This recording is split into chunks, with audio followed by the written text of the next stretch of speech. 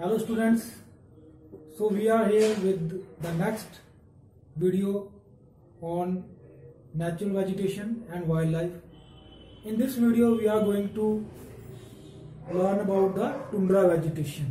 Okay, now tundra vegetation is found in the colder areas, the regions of the earth which are very cold. Mostly they are remain covered with snow and ice. So tundra vegetation can be divided into three types. First is Arctic, second Antarctic tundra, and third one is alpine tundra vegetation. Okay, now let's talk about Arctic tundra vegetation. Now it is found in the northern hemisphere. Okay, here the upper layer of the soil or the crust is frozen throughout the year. Okay, so it is called permafrost. तो हम इसको बोलते हैं permafrost. यहाँ की जो जमीन है नॉर्दर्न हेमिस्फीयर में, वो जो उसकी ऊपरी परत है, मिट्टी है, वो क्या होती है कि फ्रोजन स्टेट में रहती है, तो हम उसको परमाफ्रॉस्ट बोलते हैं.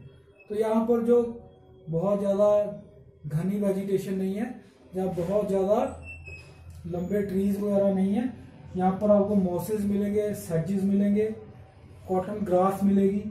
ठीक है, तो यहाँ पर जो एनिमल्स हैं वो भी आपको फर वाले एनिमल्स मिलेंगे जो कि सरवाइव कर सके हार्श क्लाइमेटिक कंडीशंस के अंदर. तो यहाँ पर पोलर बेयर आपको मिलेंगे, आर्कटिक फॉक्स मिलेगी. ठीक है, तो इस तरह के आपको जानवर यहाँ पर मिलेंगे.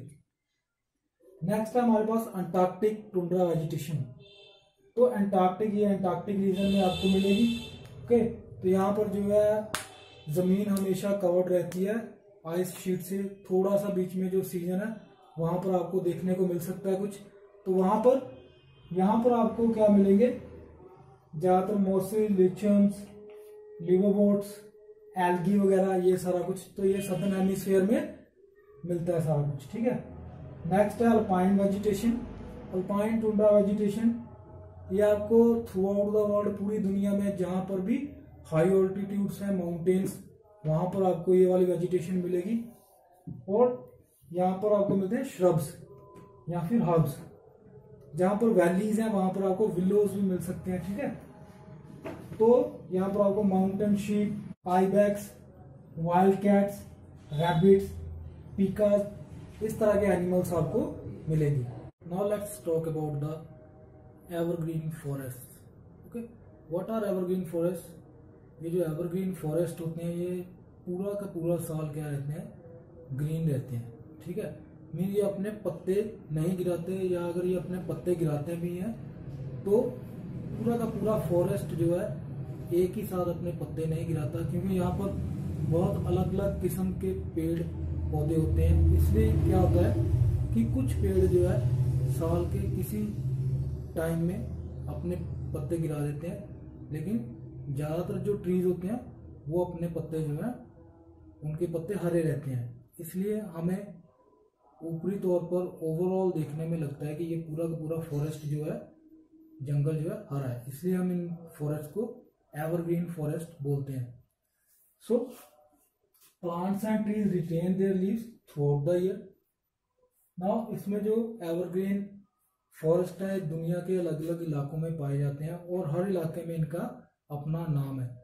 ठीक है, और वहां पर क्या है कि हर जो फॉरेस्ट है उसमें अलग अलग तरह के हमें ट्रीज या प्लांट्स मिलते हैं. तो मेनली हमारे पास 4 तरह के एवरग्रीन फॉरेस्ट होते हैं. ठीक है, इसमें क्या है, सबसे पहले टैगा. ये टैगा जो है यूएस और यूरेशिया में कॉर्निफेरस ट्रीज की एक बेल्ट है. ठीक है, जो हमने टुंड्रा वेजिटेशन देखी थी, टुंड्रा वेजिटेशन से पहले टैगा आता है. तो यहाँ पर जो लीव्स हैं, नीडल शेप लीव्स होंगे इनके.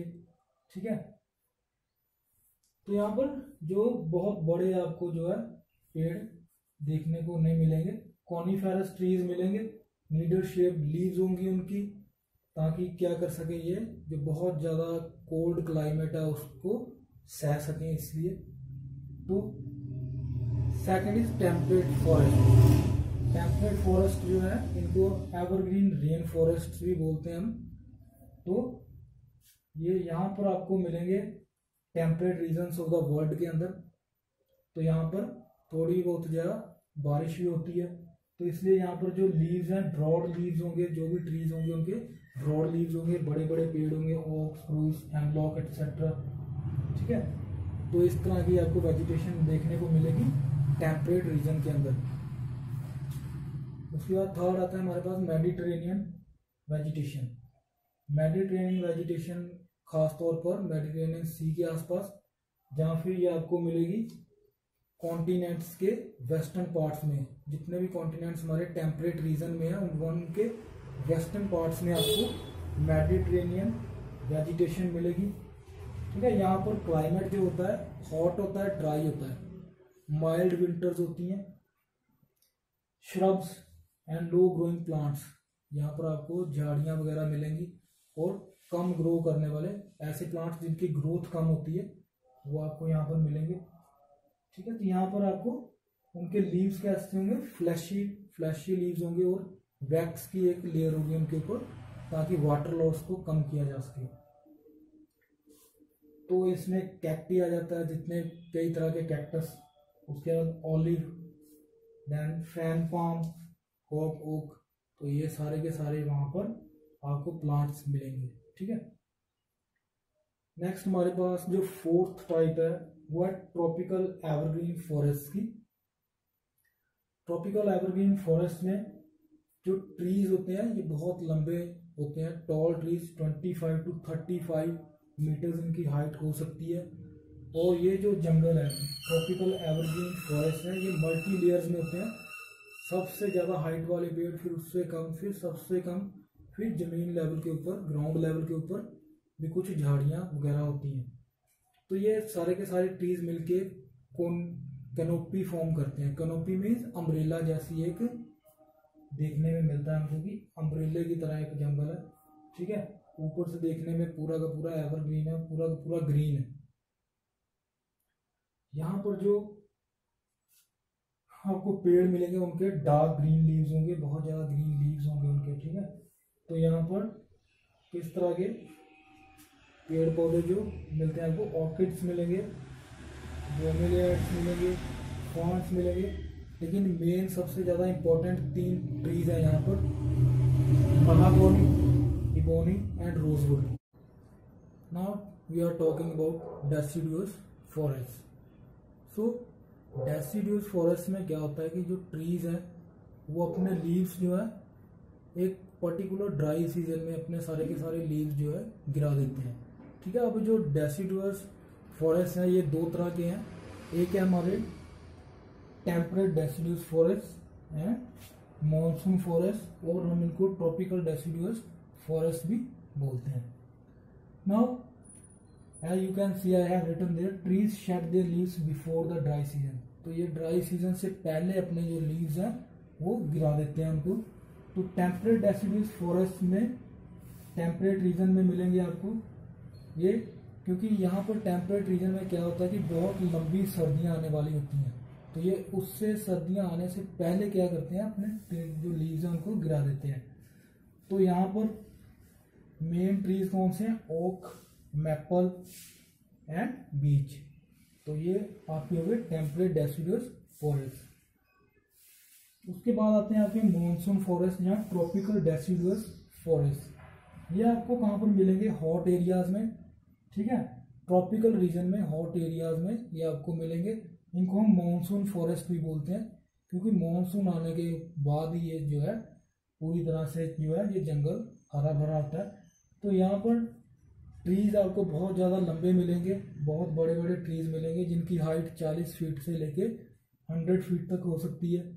ठीक है, कौन से आपको यहाँ पर ट्रीज मिलेंगे, यहाँ पर आपको मिलेंगे टीक, साल, सैंडलवुड एंड शीशम, बैम्बू, ये वाले आपको ट्रीज यहाँ पर मिलेंगे।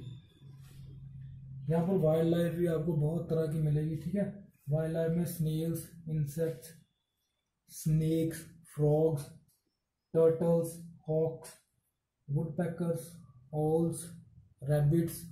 ठीक है, ये सारे के सारे बियर, फॉक्स, डियर, ये सब तरह के आपको जो वाइल्ड लाइफ है, ये यहाँ पर मिलेगी मॉनसून फॉरेस्ट के अंदर।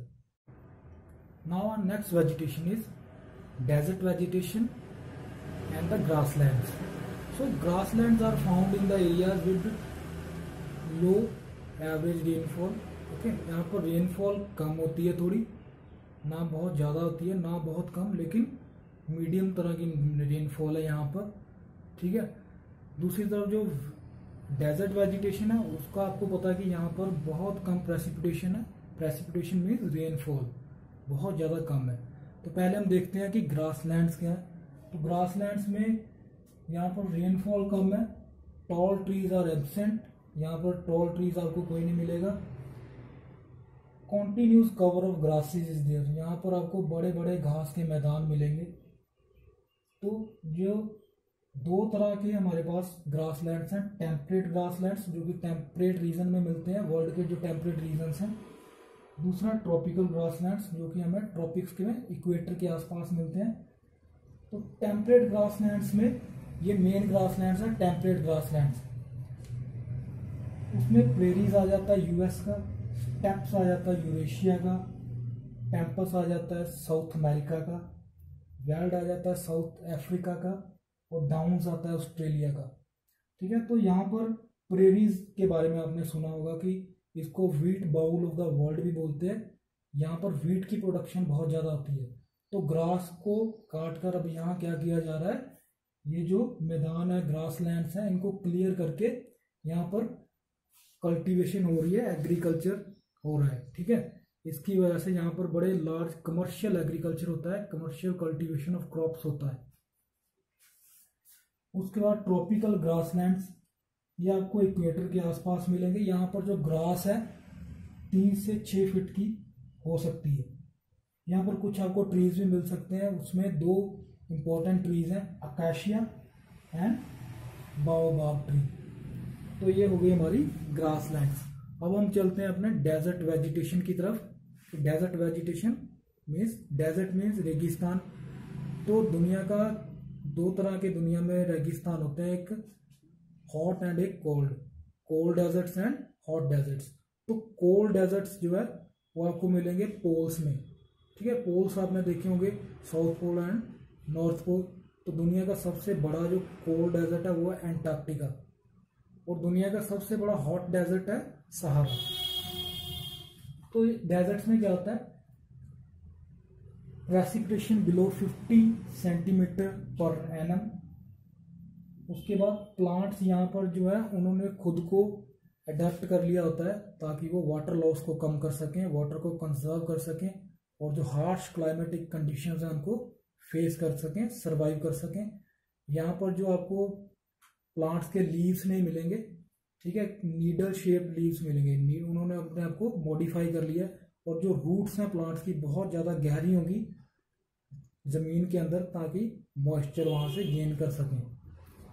उसके बाद एग्जाम्पल्स में आप इसके देख सकते हो, बहुत कई तरह के, हजारों तरह के कैक्टस के plants, palm trees, marigold, desert lily, elephant trees. Antarctica में आपको कोई प्लांट्स वगैरह नहीं मिलते हैं।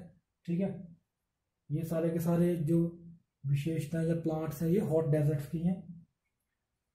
इसमें आपको टेम्परेचर मिलेगा डे टाइम में 50 डिग्री से भी ज़्यादा, स्पेशली ड्यूरिंग द समर्स, और विंटर्स में यही temperature especially during nights freezing point में चला जाता है।